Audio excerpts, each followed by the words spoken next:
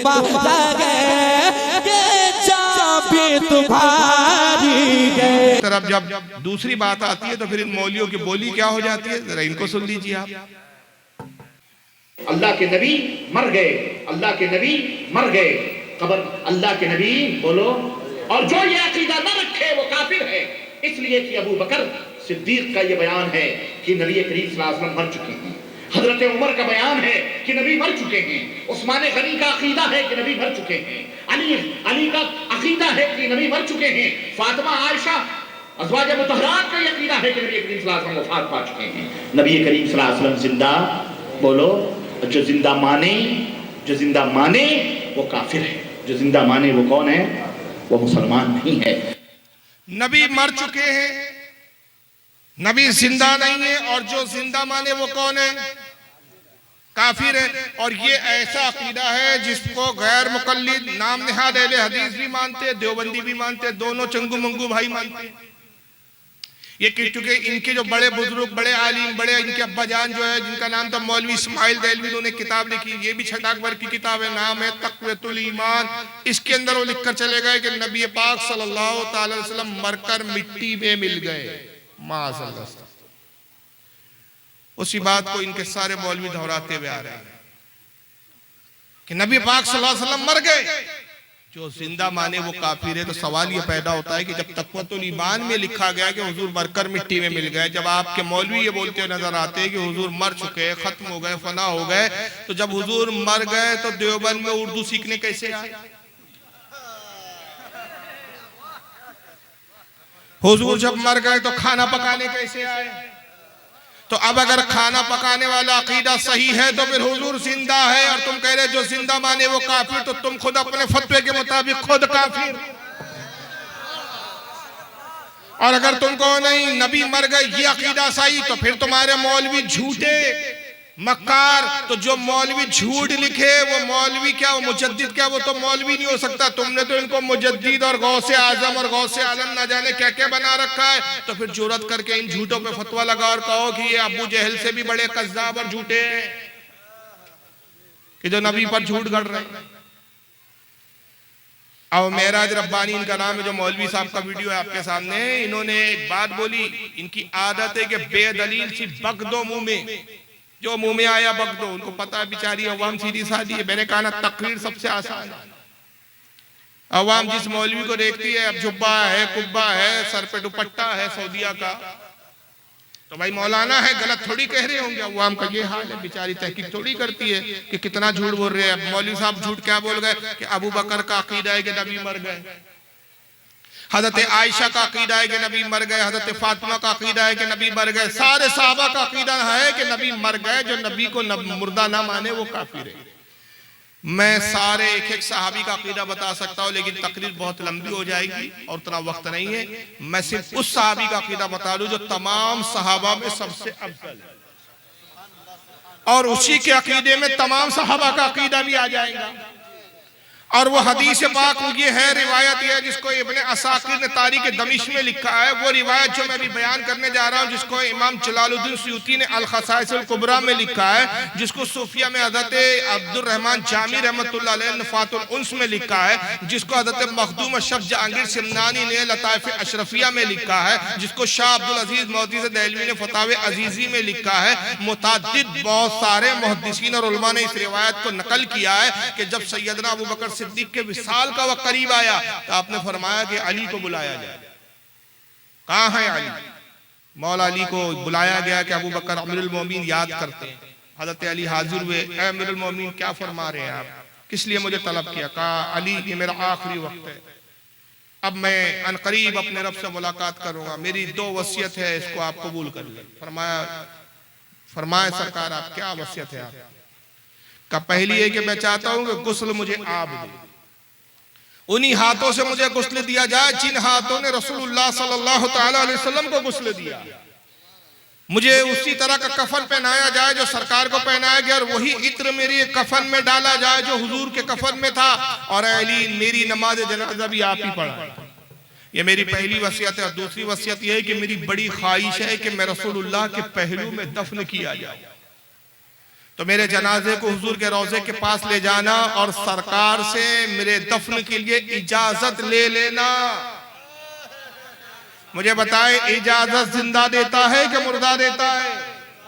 तो अबू बकर का अकीदा है कि आका देखते भी है, सुनते भी है, जिंदा भी है और इजाजत देने ना देने का इख्तियार भी रखते हैं। का इजाजत लेना, और अगर हुजूर इजाजत दे तो हुजूर के पहलू में मुझे दफन करना, और अगर इजाजत सरकार ना दे तो मुझे जन्नतुल बकिया मुसलमानों के कब्रिस्तान में दफन कर देना। रावी हदीस कहता है कि हजरत अली ने उस वसीयत पर अमल किया, गुस्ल दिया, कफन पहनाया, नमाज जनाजा पढ़ाई गई और जनाजे को रसूलुल्लाह के रोजे पर लाया गया। रावी हदीस का बयान है कि हुजूर के रोजे का दरवाजा बंद था, दरवाजा खोला नहीं गया। सामने हजरत उमर और हजरत अली आ गया है और हजरत अली अर्ज करते, अस्सलामु अलैकुम या रसूलल्लाह, अल्लाह के नबी आप पर सलाम हो। हम आपके रफीके गार अबू बकर सिद्दीक को लाए हैं, हम आपके अजीज तरीन सहाबी अबू बकर सिद्दीक को लाए हैं, हम आपके खलवत और जलवत के साथी अबू बकर सिद्दीक को लाए हैं। ए अल्लाह के नबी, इनकी ख्वाहिश है कि आपके पहलू में दफन किए जाए, सरकार इजाजत हो तो हम दफन करें वरना ले जाए। रावी हदीस कहते,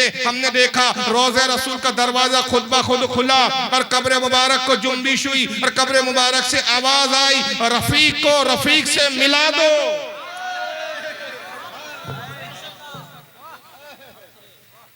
आवाज जिंदे देते हैं कि मुर्दे देते हैं?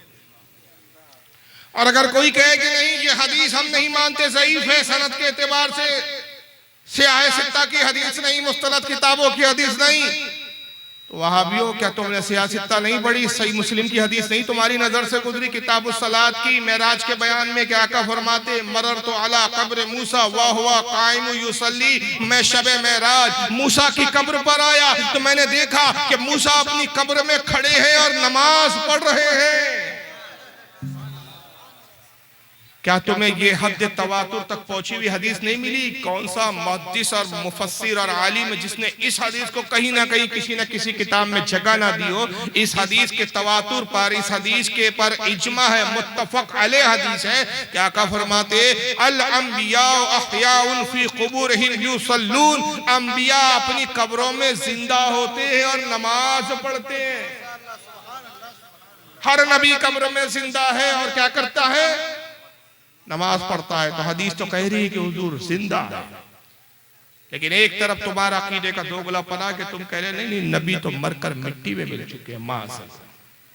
एक और मौलवी साहब को देख लीजिए, ये हैदराबाद के, ये क्या कहते हैं जनाब, मेरे नबी मोहम्मद अरबी सल्लल्लाहु अलैहि वसल्लम अपने आप को शिफा नहीं दे सकते। नबी सल्लल्लाहु अलैहि वसल्लम के बारे में मैं कहूंगा आपके सामने कि नबी मोहम्मद सल्लल्लाहु अलैहि वसल्लम, रसूल मोहम्मद सल्लल्लाहु अलैहि वसल्लम, उनकी कब्र मुबारक में जिंदा नहीं है। जब हमारे नबी मोहम्मद सल्लल्लाहु अलैहि वसल्लम उनकी कब्र मुबारक में जिंदा नहीं है तो फिर दूसरे उम्मती जिंदा है, फिर कैसे जिंदा हो सकते? नहीं है।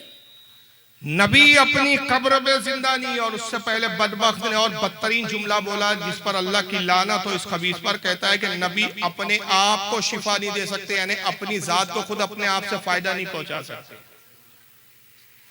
ये खुलेआम गुस्ताखियां होती है, लेकिन हमारी कौम की बेहिसी का ये आलम है कि हमारी कौम कहती है नहीं यार किसी को बुरा नहीं कहना चाहिए, ये बुरा ना कहना चाहिए और बुरा ना समझना चाहिए कि ये नौबत है कि आज हम जुल्म का शिकार है और आज हम पर जालिम मुसल्लत कर दिए। जब हमने हक और बातिल के इम्तियाज को ही खत्म कर दिया तो ये अल्लाह का वादा है कि जब कोई कौम हक और बातिल के इम्तियाज को खत्म कर देती है, जालिमीन हम उनके ऊपर मुसल्लत कर देते हैं। तो फिर शिकायत क्यों है? हमें तो अपने आप का जायजा लेना चाहिए। नबी अपने आप को फायदा नहीं पहुंचा सकते।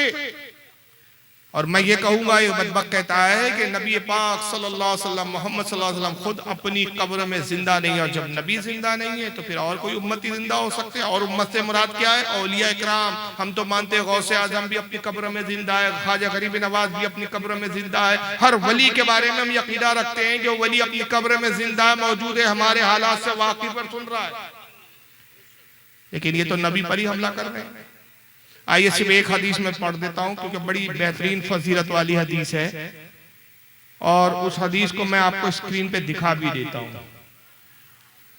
सियाह सित्ता की किताब में हदीस मौजूद है, सुनाने इब्ने माजा है आपके सामने, छपी भी इन्हीं के हाथ से, दारुस्सलाम सऊदी अरब का नुस्खा है।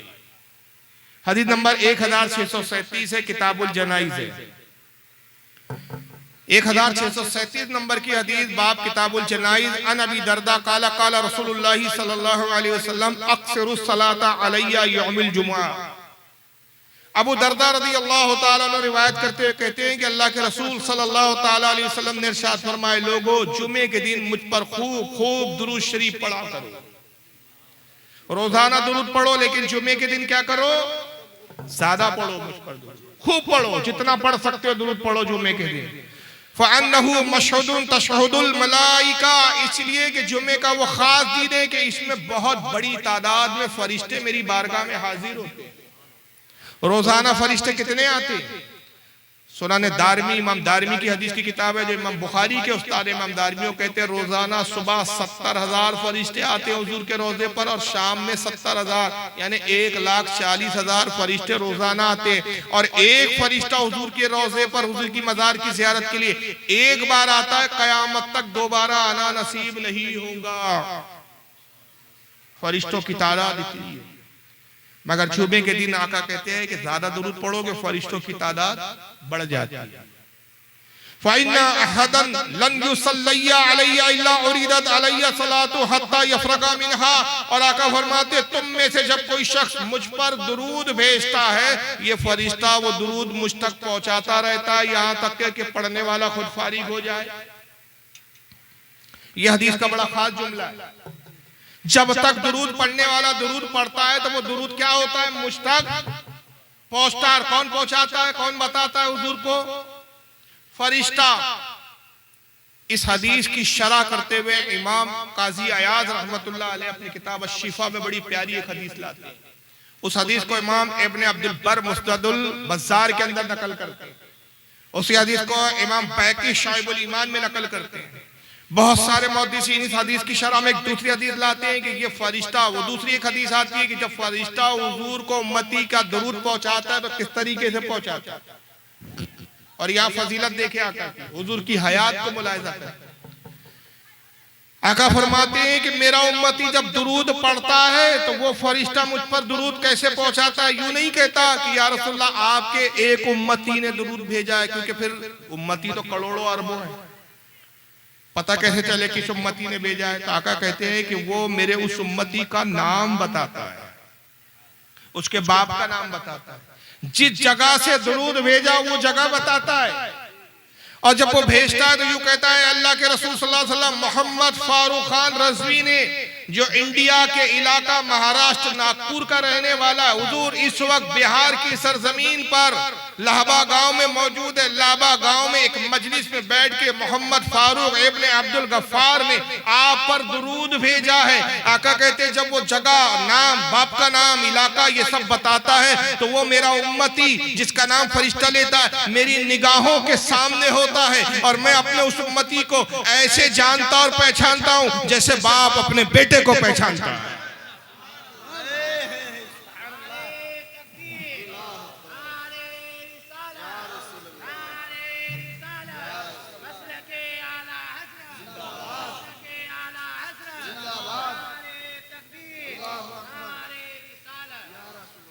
कितने बढ़कर हुजूर की आयत है। लेकिन आगे आइए हदीस के अल्फाज, वो जो शुबा जो जाहिर होगा इससे पहले कि वो शुबा पैदा हो, वो एतराज पैदा हो। हजरत अबू दरदा कहते हमने पूछ लिया, काला कुल तो बादल मौत, हमने कहा अल्लाह के नबी आप अभी हयात हैं तो दुरूद सुनते हैं, फरिश्ता पहुंचाता है, क्या मौत के बाद भी आप दुरूद सुन पाएंगे, मौत के बाद भी अपनी उम्मती को पहचान पाएंगे? काला व बादल मौत, फरमाया हाँ हाँ मौत के बाद भी यही कैफियत होंगी।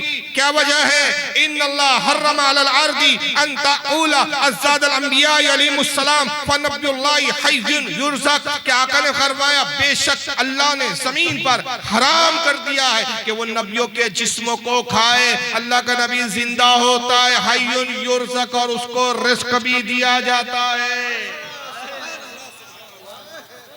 कब्र में रिस्क भी से मुस्तफीज होता है, रिस्क भी तनावुल करता है। अब बताओ खाना जिंदे खाते हैं कि मुर्दे खाते हैं? और ये सुनाने इब्ने माजा की हदीस सही है। मुल्ला अली कारी कहते हैं कि इस हदीस के बहुत ज्यादा तुरुक है, यानी कई सनदों से हदीस आई है, इसको किसी ने ज़ईफ नहीं कहा। जब सही हदीसों से साबित है कि आका जिंदा है, मौजूद है, तो कितनी बड़ी बदबख्ती है कि ये कहा जाए कि नऊज़ बिल्लाह माज़ अल्लाह अस्तग़फिरुल्लाह, नबी मरकर मिट्टी में मिल गए, नबी आज अपनी कब्र में जिंदा नहीं है, जो नबी को जिंदा माने वो काफिर है। एक तरफ तुम ये अकीदा पेश करते हो, दूसरी तरफ तुम्हारी किताबें बोलती है कि खाना पकाने आए हैं, उर्दू सीखने आए हैं, तो पहले अपने दोगलेपन को तो दूर कर लो। तो हर मदरसा मदरसा नहीं होता, हर इल्म इल्म नहीं होता, मदरसे फितनों के सबब भी बनते हैं, इल्म मुज़िर भी होता है। इसलिए हमारी जिम्मेदारी है कि हम ये भी देखें कि हम किस मदरसे से वाबस्ता है। ये मदरसा बदअकीदों का है कि अहले सुन्नत का है? यहाँ से फारिग होने वाले आशिक रसूल निकलने वाले हैं कि गद्दार रसूल निकलने वाले हैं? ये देखना भी हमारी जिम्मेदारी है, क्योंकि जब गद्दार रसूल के मदरसों से कोई पढ़ के निकलता है तो फिर वो तौहीन कैसी करने पे आबादा हो जाता है। आइए मैं इसकी झलक आपके सामने यहाँ पेश कर रहा हूँ। इन हिसाब को सुन लीजिए। मौलवी महराज रब्बानी, आवाज चालू कीजिए भाई।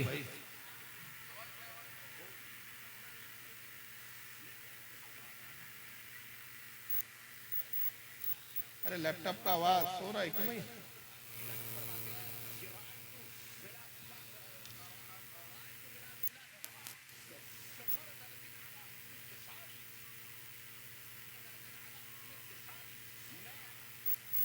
शहर को और दुनिया को ऐसे देख रहा हूं नऊज़ुबिल्लाह, बल्कि यहां तक कहा गया है औज़ुबिल्लाह, मैं कहता हूं ये तो शेख अब्दुल कादिर जिलानी का ये शेर हो ही नहीं सकता। लेकिन अपने नादानों ने, अपने जालिमों ने किस तरह से शेख अब्दुल कादिर जिलानी को बदनाम किया। कहते हैं कि शेख अब्दुल कादिर जिलानी फरमाते हैं कि रायतु बिलादिल्लाह जमा कखरदलतिन अला हुक्म इत्तिसाली। इसको रोक रहा हूं मैं भी। एक चल में एक बात याद आ गई, ये देखिए जरा। अभी बात चल रही थी कि हदीस पाक में है कि आका सल्लल्लाहु अलैहि वसल्लम ने फरमाया कि मुझ पर जुमे के दिन क्या करो, कसरत से दुरूद और सलाम भेजो। और किस दिन भेजो? मुझे बताओ, जुमे के दिन आप लोग नमाज के बाद दुरूद और सलाम भेजते हैं कि नहीं भेजते? भेजते हैं ना? जरा इस पर इन मौलवी साहब का तफसीरा सुन लीजिए। मर गए ये मरकर मिट्टी में मिल चुके हैं। भाई जब ये जुमले नबी के लिए कहना जायज है तो इनके लिए कहना क्यों ना जायज है? जानते हैं कौन है ये साहब? मौलवी ताहिर गया, अभी मरकर मिट्टी में मिल गए, हड्डियां भी इनकी सुरमा हो गई होगी अब तक। इनका ये ऑडियो है बहुत पुराना, जरा सुनिए क्या बदतमीजी कर रहा है। और आज मस्जिदों का हाल यही हो रहा है। अब बच्चे ही नहीं, बड़े बूढ़े जवान भी वहां शोर करते, और शोर भी अजीब टाइप का शोर होता है। देखने में मालूम होता है कि बड़ा अच्छा काम हो रहा है, लेकिन वो अंदर से इंतहाई गलीज काम है। आजकल टेस्ट करने के लिए डॉक्टर लोग बताते पाखाना पेशाब टेस्ट कराकर रिपोर्ट लाओ। तो अब जिसको पाखाना टेस्ट कराना है तो टेस्ट जहां होता है वहां जाकर पाखाना थोड़ी फिरता है। जहां पेशाब टेस्ट होता है वहां बैठकर पेशाब थोड़ी करता है, वो तो पॉलीथीन में बंद करके ले जाता है। अब ये पॉलीथीन में बंद है तो बेवकूफ आदमी, नादान आदमी समझता है कि लगता है इसमें कोई हलवा हुआ जा रहा है। अभी तो पैक है ना, जब खुलेगा तब पता लगेगा कि खुशबूदार है कि बदबूदार है। इसी तरीके से कुछ चीजें देखने में मालूम होती हैं कि बहुत पैक है और बड़ा शानदार लेबल है इस पर लगा हुआ। ये शोर शराबा नहीं है, हंगामा नहीं है, लेकिन ये लेबल वाला जो पॉलीथीन है ये फट जाएगा क़यामत में, और वहां जब इसका पोल खुलेगा तो इसकी बदबू महसूस होगी। ये जो मस्जिदों में दरूद और सलाम चीख चीख कर माइक लगाकर शोर हंगामा करके लोग पढ़ते हैं, देखने में मालूम होता है कि वो ये तो दरूद पाक है, हालांकि वो पाक नहीं है, नापाक है। ये पोलोथिन जब फटेगा कयामत में तब समझ में आएगा वो हलवा नहीं है, वो गिलाजत है, नापाक है। ये पोलोथिन जब फटेगा कयामत में तब समझ में आएगा वो हलवा नहीं है, वो गिलाजत है, नापाकी है। और आप ये दुरूद और सलाम के बारे में इनका तफसीरा है कि मस्जिद में जो इज्तिमाई तौर पर मिलकर जो शोर हंगामा हो जाता है, दुरूद और सलाम पढ़ते हैं तो कहते हैं ये हंगामा बर्पा करते हैं और ये समझते हैं कि बहुत अच्छा काम करते हैं। अब अगर मजमूई तौर पर पढ़ना हंगामा है तो इन बदबख्त से पूछना चाहिए कि हज के मौके पर यहाँ तो चंद लोग मिलकर दुरूद और सलाम पढ़ते एक आवाज में, हज के मौके पर तो लाखों लोग एक आवाज में कहते हैं लब्बैक अल्लाहुम्मा लब्बैक, लब्बैक ला शरीका लक लब्बैक इन्नल हम्दा वन निअमता लक वल मुल्क। तो ये जो तलबिया पढ़ते हैं लाखों लोग मिलके पढ़ते हैं, ये शोर हंगामा नहीं होता? ये भी तो शोर हंगामा है। और उसकी मिसाल उसने इतने घटिया तरीके से दी, कहा कि आदमी जब बीमार होता है तो डॉक्टर कहता है पाखाना पेशाब चेक कराने के लिए लाओ, तो आदमी वो पाखाना पेशाब चेक कराने के लिए क्या करता है, हॉस्पिटल में थोड़ी पाखाना पेशाब करता है, घर आके पेशाब करता है, पाखाना करता है और एक अच्छी सी पॉलीथीन में प्लास्टिक की थैली में वो ले जाता है। तो बेवकूफ आदमी देखकर समझता है कि इसमें हलवा है। ऐसा बेवकूफ आदमी देवबंदी हो सकता है, सुन्नी तो नहीं हो सकता। इसलिए कि हमारे यहाँ जब हलवे एक दूसरे को दिए जाते हैं तो बर्तनों में डिब्बों में दिए जाते हैं, प्लास्टिक की थैलियों में नहीं दिए जाते। और सुन्नियों को तो हलवा मिलता ही रहता है, मिलादुन नबी में हलवा खाते हैं, अभी शबे बारात गई उसमें हलवा खाया, गौ से पाक की 11वीं आएंगी उसमें हलवा खाएंगे, बेशुमार मौके होते हैं हलवा खाने के, वहां भी हलवा खाता नहीं है, नादीदा दिखता रहता है, पॉलीथीन जा रही है कोई ले जा रहा है तो हलवा तो नहीं जा रहा। जिसको मिलता नहीं उसी की बोलते ना बिल्ली की नजर से चिड़ो। अब वो खुलता है तो पता चलता है कि ये तो गलाजत है, पाखाना पेशाब है, उसकी बदबू से पता चलता है। तो इसी तरह कुछ चीजें देखने में बड़ी भली मालूम होती है, लेकिन जब खुलती है तो पता चलता है। दुरूद और सलाम देखने में तो बहुत अच्छा मालूम हो रहा है, बड़ा नेकी और अच्छा काम लग रहा है, लेकिन ये नापाकी है, नापाक है। ये दुरूद पाक नहीं है, दुरूद नापाक। जो बदबख्त दुरूद और सलाम को नापाक बोले वो खुद कितना नापाक होगा। मेरा चैलेंज है, अगर ये अपने इस मुल्ला को नेक और अच्छा समझते जरा इसकी कब्र खोद के दिखा दे, खुदा की कसम इतनी बदबू होंगी कि लोग उसकी बदबू से न मर जाए, जहन्नम में जल रहा होगा ये बदबख्त। और जब तक पूरी जिंदगी में रहा गुस्ताखिया करता रहा और गू और पाखाने से उसको इतनी मोहब्बत रही कि अगर इसके 10 बयानात आप नेट पे जाके सुनेंगे ना तो 10 में से 8 में पाखाना और गू की मिसाल ही देता है। पता नहीं जब जाता था तो दिन भर उसी को देखता रहता था, क्या करता था अल्लाह जाने, क्यों मोहब्बत। ये आपके बिहार कटिहारी में मुनाजरा हुआ था, याद है? मैं एक मुनाजरे की तरफ इशारा कर रहा हूँ। आप ही का ये इलाका है कटिहार, मुफ्ती मुतुर रहमान साहब का इससे मुनाजरा हुआ था, याद है आपको? कुछ लोग होंगे भी, आप गए थे ना? 2 या 3 दिन हुआ था वो। उस मुनाजरे के बाद ये नागपुर आया, इसके देवबंदियों ने बुलाया जश्न फतह मनाने के साथ, बिहार से मुनाजरा जीत कर आया। हमने पोस्टर छापा था वहां पर कि भाई झूठ बोलना बंद करो। उस वक्त ये वीडियो इंटरनेट का इतना आसान नहीं था, सीडी आती थी, सीडी हमारी पहुंची नहीं थी। हम लोग अपनी सीडियों के लिए परेशान थे कि भाई हुआ क्या रियल में, और यहाँ लंबी लंबी छोड़ रहा है। 2 दिन का जलसा था, हमने पोस्टर निकाल दिया कि भाई यहाँ मुनाजरा करो। और उस वक्त हमारे नागपुर की एक अजीम शख्सियत जिंदा थी, हयात थी, मुफ्ती आजम महाराज हजरत मुफ्ती मुजीब अशरफ साहब किबला रहमतुल्लाह ताला, उनके नाम से पोस्टर निकाला गया। उन्होंने, उनकी तरफ से हमने पोस्टर निकाला, उन्होंने कहा, उसमें लिखवाया कि साहब मैं मुनाजरा करने के लिए तैयार हूँ, आए हो तो हमसे भी करके जाओ, पता तो चले तुम्हारी औकात। तो मुनाजरा तो नहीं किए इन्होंने, हम रद्द किया, और रद्द करके वहाँ खिल्लियाँ उड़ा रहा, मजाक उड़ा रहा। तो मजाक उड़ाते उड़ाते उसने ये एक वाकया बयान किया, कहा कि ये जो बरेलवी लोग होते हैं ना, ये बिदअती लोग, ये अपने जो है बुजुर्गों की कब्रों पे फूल डालते हैं, इत्र डालते हैं। पता है क्यों डालते हैं? अपनी अवाम से कह रहा है, जानते हो क्यों डालते हो? असल में होता ये है कि ये फातिया देते हैं, और फातिया के बारे में इनका अकीदा ये है कि ये खाना इनके मुर्दों को पहुंचता है।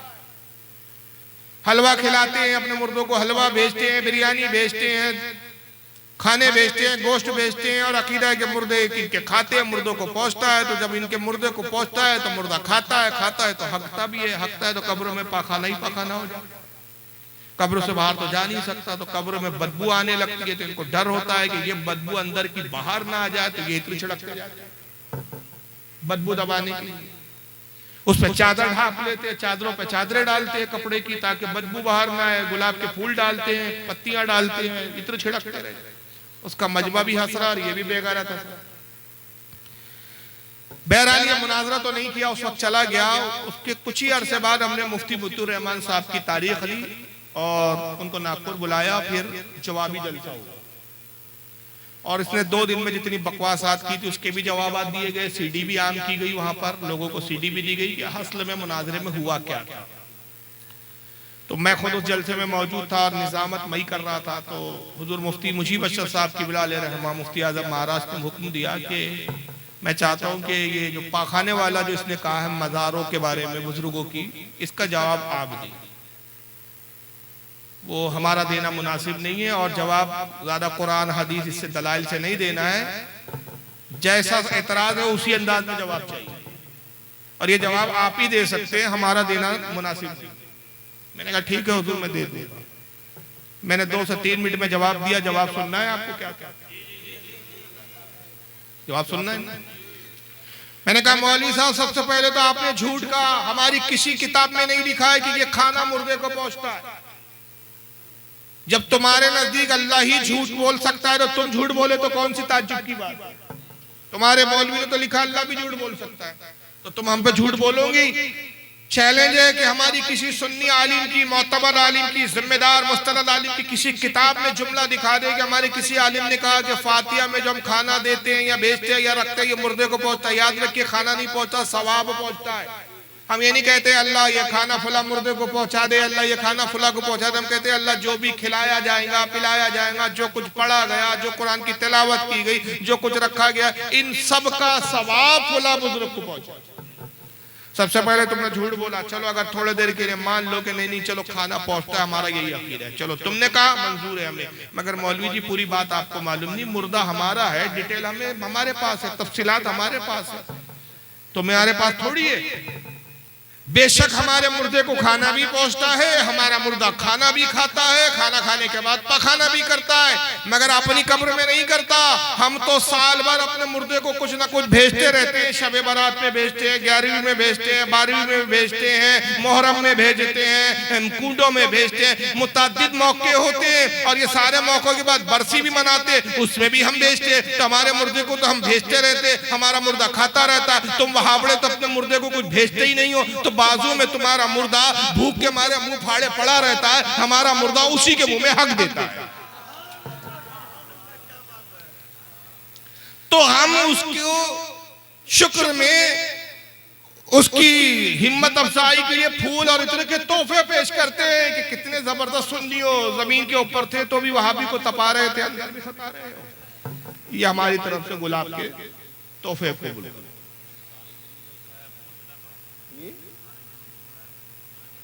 वो दोगला धर्म है, एक कुछ है एक तरफ कुछ। लेकिन बहरहाल देखिए, इसको गू गोबर से बड़ी मोहब्बत है। पता नहीं इसका क्या ताल्लुक था, चिरकिन करके शायर गुजरा है, मुझे तो लगता है इसी का कोई बाप आप रहा होगा, उसी की नस्ल से ना हो। वो चिरकिन की आदत थी कि जब तक वो अपने अशार में पाखाना लफ्ज कहीं ना लाए तो उसकी अशार मुकम्मल ही नहीं होती।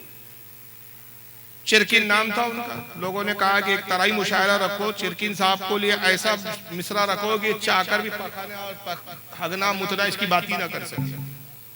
तराई मुशायरा ये होता है कि एक शेर तंजीम और कमेटी की तरफ से दिया जाता है, उसी के मुताबिक उसी बहर और उसी रतीफ व काफिये पे शेर कहना होता है। मिसरा दिया गया, जो खींची तलवार है दरे कर्रार। अब मौला अली की फजीलत में शेर था, अब इसमें कहा पाखाना पेशाब आए, शोरा आए, उन्होंने अपने अपने कलाम पढ़े। अब सबकी नजर चिरखीन साहब पर, देखे चिरखीन साहब क्या करते हैं। आज तो इनको अपनी फितरत बदलनी पड़ेगी, आज तो ऐसा गिरा लगानी है और ऐसा मिसरा है कि इस पर ये पाखाना पेशाब की बात ही नहीं कर सकते। लेकिन चिरखीन साहब भी अपनी फितरत से मजबूर थे, आए, उन्होंने जब उनकी बारी आई तो उन्होंने शेर पे गिरा लगाई, कहा जो खींची तलवार हैदर कर्रार ने खौफ के मारे फरफरा कर हक दिया लश्कर कुफार। लश्कर कुफार, वहां भी उन्होंने पाखाना पेशाबी लाया। तो आदमी अपनी फितरत से हटता नहीं है, तो इन साहब की भी यही फितरत थी कि ये पेशाब पखाने की बड़ी मिसालें देते थे।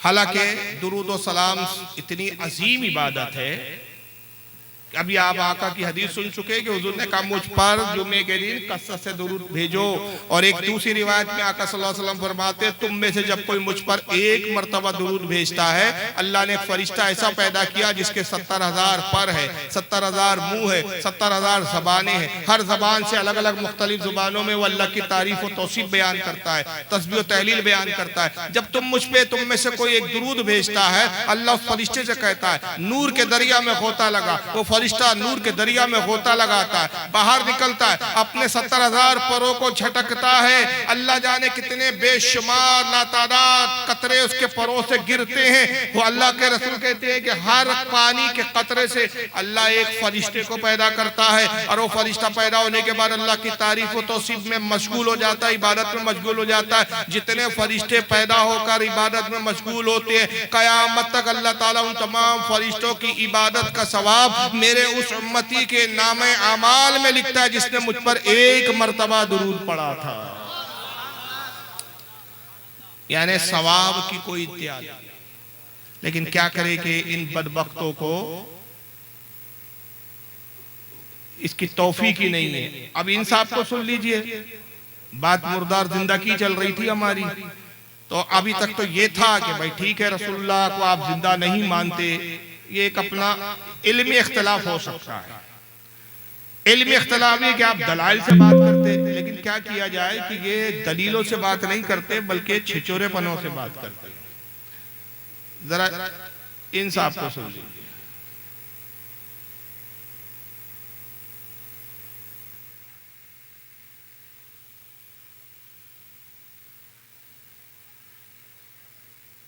पर्दा कर गए, पर्दा कर गए। इतना जलील किसी ने किया होगा? एक साहब लिखते हैं अपनी किताब में,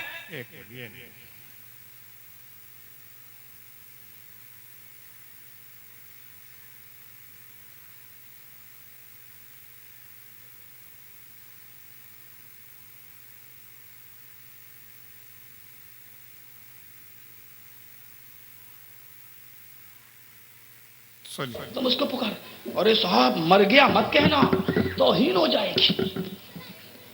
पर्दा कर गए, ये बड़ी अच्छी इस्तिलाह निकाली हमारे भाइयों ने, पर्दा कर गए। अरे पर्दा किसको कहते हैं? वो इस दुनिया से गुजर गए। अरे अल्लाह के बंदे, उसी को तो हम मौत कहते हैं। नहीं नहीं, मरे नहीं है, पर्दा कर गए। पर्दे का माना क्या हुआ? पर्दे का माना यह हुआ कि वो जिंदा है लेकिन हमारी आंखों से ओझल हो गए। हमारी आंखें इस दुनिया में देख रही हैं, हमारी आंखों से ओझल हो गए का मतलब इस दुनिया से ओझल हो गए। हाँ, इस दुनिया से ओझल हो गए। अरे उसी को तो हम कहते हैं वो दूसरी दुनिया में चले गए। नहीं नहीं नहीं, वो इस दुनिया में ओझल नहीं, पर्दा कर गए। तुम कितना ही अच्छा लक़ब ले लो, पर्दा कर गए। जिंदा हैं, बाहयात हैं, पर्दा कर गए, विसाल कर गए, वफात कर गए, कुछ भी कहो, उनको जिंदा साबित करने के लिए कितने ही अच्छे अलकाब से तुम पुकार लो, लेकिन हकीकत यह है कि जनाबे मोहम्मदुर रसूलुल्लाह इस दुनिया में मौजूद नहीं है। अगर है तो मुझे बताओ, अहले हदीस का ये गुनाहगार बंदा मोहम्मदुर रसूलुल्लाह से मिलने के लिए जाएगा, मुझे एड्रेस दो, मुझे पता बताओ कि जिंदा है तो कहाँ है, किस जगह है, कहाँ मिलेंगे, मैं जाऊंगा। मैं उनको अपने घर पे बुला के अपना गुलाम नहीं बनाऊंगा कि जब चाहो अपने घर पे बुला लो, जब चाहो 2 बजे बुला लो, मर्जी चाहे तो 12 बजे बुला लो, मर्जी चाहे तो 10 बजे बुला लो। हम उनको अपने घर पे बुलाना गवारा नहीं करेंगे। मेरा घर इस लायक नहीं कि हम आका को बुलाएं। हम उनको अपने घर पे बुलाना गवारा नहीं करेंगे। मेरा घर इस लायक नहीं कि हम आका को बुलाएं। हमें बताओ कि मेरा नबी कहाँ है, किस जगह है। तुम जाओ या ना जाओ, कम से कम पूरे हिंदुस्तान में भीख मांग के और चंदा करके, पूरे हिंदुस्तान में भीख मांग के और चंदा करके हम जरूर आका से मिलने के लिए जाएंगे। कि बड़े लोगों से मिला जाता है, बड़े लोगों को नौकर बना के अपने घर पे बुलाया नहीं जाता है। बताओ तो सही कि वो कहाँ है, बताओ तो सही कहाँ है रसूलुल्लाह। हम जाएंगे भीख मांग के, चंदा जमा करके जाएंगे, अपने जेब से खर्चा करके नहीं जाएंगे। उस वक्त भी भीख मांगेंगे, भीख मांगने की इतनी आदत पड़ी हुई है। ये रसूल से मिलने तो नहीं जा सके, जेल जरूर चले गए। और किस केस में गए थे वो आपको मालूम है, अब उस पर क्या तबसरा करेंगे। जेल जाना भी अलग अलग है, जेल जाना बुरा नहीं है, ये बात सुन लीजिए। बहुत से लोग अपनी कौम की खातिर जेल में जाते हैं। जंग आज़ादी के टाइम कितने मुजाहिदे जंग आज़ादी से जेलों में गए, आज हम उनको एहतराम करते हैं, इज्जत से देखते हैं। जेल जाना बुरा नहीं है, सवाल ये कि किस जुर्म में जा रहे हैं, देखा ये जाता है। आज भी कई लीडर है जो अपनी कौम की खातिर जेल जाते हैं, तो वो लीडरों की लोग तारीफ करते हैं, बुराई थोड़ी होती है। अब लेकिन कोई बलात्कार में चले जाए तो अफसोस की बात है। लेकिन ये कितना बड़ा गुस्ताख है, इसका अंदाज देखो, लब व लहजा देखो। नबी के बारे में बात कर रहा है लेकिन लहजा इसका कितना गुस्ताखाना बेअदबाना है। बदबक कहता है कि नबी जिंदा है तो मुझे एड्रेस दो, पता बताओ, इसको एड्रेस दो, पता बताओ, इसको मालूम नहीं रसूलुल्लाह कहाँ है। भाई आपको पता है हुजूर कहाँ है? सरकार मदीने में। हमारे अहले सुन्नत और जमात का अकीदा ये है कि हुजूर सल्लल्लाहु अलैहि वसल्लम अपनी कब्र मुबारक में जिंदा है। जैसा कि अभी हदीस आप सुन चुके, इन्नल्लाह हर्रमा अलल अर्दी अन तअकूल अज्जादल अंबिया अलैहिमुस्सलाम, बेशक अल्लाह ने जमीन पर हराम कर दिया कि वो नबियों के जिस्मों को खाए। अल्लाह का नबी जिंदा है, फनबियुल्लाह हय्युन युरज़क़, अल्लाह का नबी जिंदा है और उनको रिस्क दिया जाता है।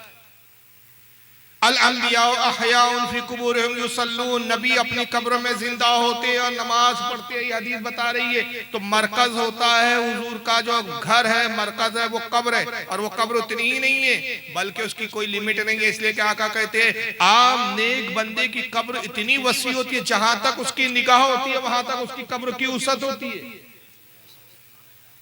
तो हुजूर की कब्र की कोई इंतहा नहीं। लेकिन सरकार को यह अख्तियार है कि जब चाहे, जहां चाहे, जिससे मिलने के लिए आप चाहें, जिस पर करम फरमाए, आप अपनी कब्र मुबारक से तशरीफ ले जा सकते हैं। यह हमारा अकीदा है। इन मौलवी साहब को नबी के बारे में पता ही नहीं, एड्रेस दो, पता बताओ।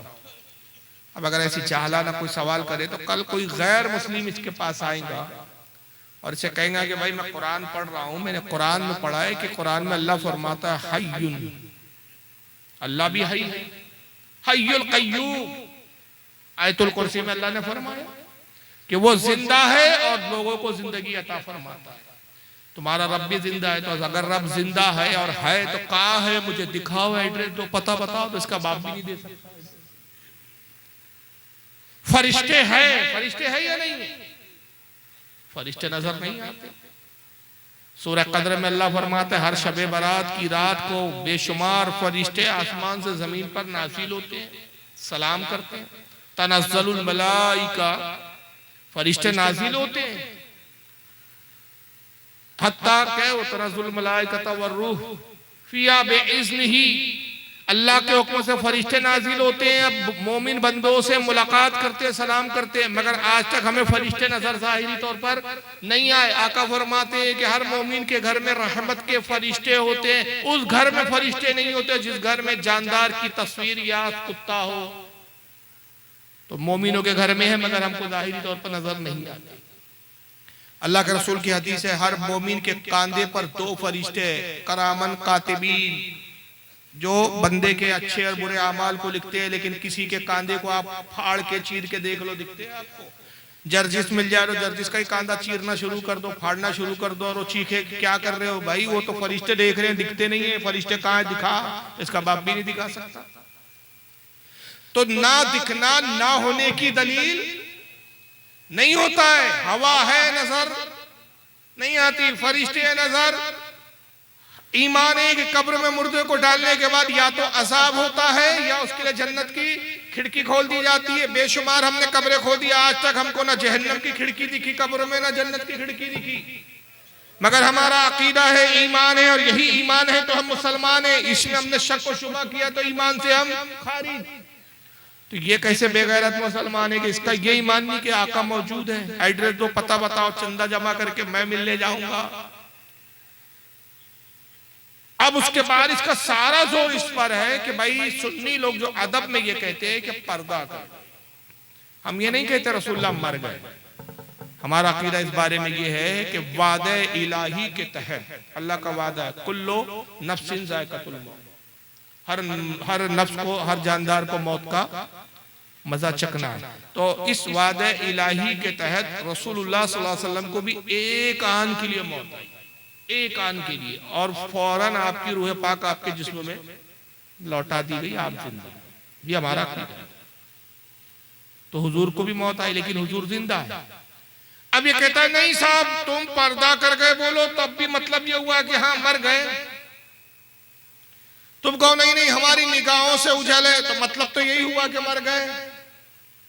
तुम कितने ही अच्छे अलकाब लगा लो, पर्दा कर गए, निगाहों से उजल हो गए, हमें नजर नहीं आते, हम देख नहीं सकते, कितने ही अच्छे अलकाब लगा लो, हकीकत तो यह है कि जनाब मोहम्मद रसूलुल्लाह सल्लल्लाहु अलैहि वसल्लम इस दुनिया में मौजूद नहीं है, जिंदा नहीं है। यानी हकीकत यह है कि मर गए तो मर गए, मर गई बोलो। तो मैं कुरान से एक आयत पेश करता हूँ, उसी में जवाब है। वो जवाब बहुत तफसील से बहुत ज्यादा दिए जा सकते हैं, उसकी इतनी हाजत नहीं है। आप आइए सूरह नहल उठाइए, पारा नंबर 14 आयत नंबर 4। अल्लाह ताला इंसान की हैसियत बता रहा है कि इंसान है क्या, कैसे तख्लीक हुई। अल्लाह फरमाता है खलकल इंसान मिन नुतफतिन फइज़ा हुवा खसीमुम मुबीन। अल्लाह फरमाता है कि हमने इंसान को एक गंदे नुतफे से पैदा किया, एक गंदे पानी से पैदा किया, इसीलिए वो झगड़ालू है। इंसान जो झगड़ता है, ये झगड़ने की फितरत उसमें किस बात की बुनियाद पर है कि उसको हमने कैसे खल्क किया, नुतफे से। और नुतफा क्या होता है? गंदा पानी। नुतफे का तर्जुमा होता है गंदा पानी। कितना गंदा, कितना नापाक पानी कि जब खारिज हो जाए तो गुस्ल फर्ज हो जाता है, कपड़ों पे लग जाए कपड़े नापाक हो जाते हैं। उस हाल में ना नमाज पढ़ सकता है ना कुरान छू सकता है। तो इंसान की असल हकीकत है कि इंसान गंदा पानी है, गंदा नुतफा है। तो जर्जिस भी जिस चीज से पैदा हुआ वो क्या है? अरे बोलो यार, हकीकत है या नहीं? क्या इसका इनकार कर सकता है? जर्जिस भी नुतफा है, गंदा पानी है। तो जब ये जलसे में आए तो इसका अलाउंसर यूं कहे हजरात रास्ता दे, गंदा नुतफा चला आ रहा है, गंदा पानी चला आ रहा है। और कोई एतराज करे कि भाई आपने मौलाना को गंदा नुतफा गंदा पानी क्यों कहा, तो फौरन जवाब में कह दिया जाए इसी के लब लहजों में कि इनको हजरत कहो, मौलाना कहो, हुजूर कहो, किबला कहो, काबा कहो, कुछ भी कहो, हकीकत तो ये है कि है तो गंदा ही नुतफा। तो ये चीज अपने लिए ये कबूल नहीं करेंगे, कोई भी इनका मौलवी इनके लिए कबूल नहीं करेगा। ये खुद इस हकीकत को नहीं कहेंगे। हर औरत अपने शौहर की जोरू होती है। क्या ये अपनी माँ को माँ कहने की बजाय ये कहता है कि ऐ मेरे बाप की जोरू? और क्या बाप को ये कहता है? हकीकत तो ये है कि बाप को खसम भी कहा जाता है, ऐ मेरी माँ के खसम। इस तरह का जुमला अगर कोई कहे तो उसको बेअदबी मानी जाती है। इसलिए ये तो है कि रसूलुल्लाह को वादे इलाही के तहत मौत आई, लेकिन जब हदीसे बयान है, हदीसे मौजूद है कि हुजूर जिंदा है, तो फिर हुजूर को हम मुर्दा नहीं कहते, बल्कि अदब में हम क्या कहते? पर्दा।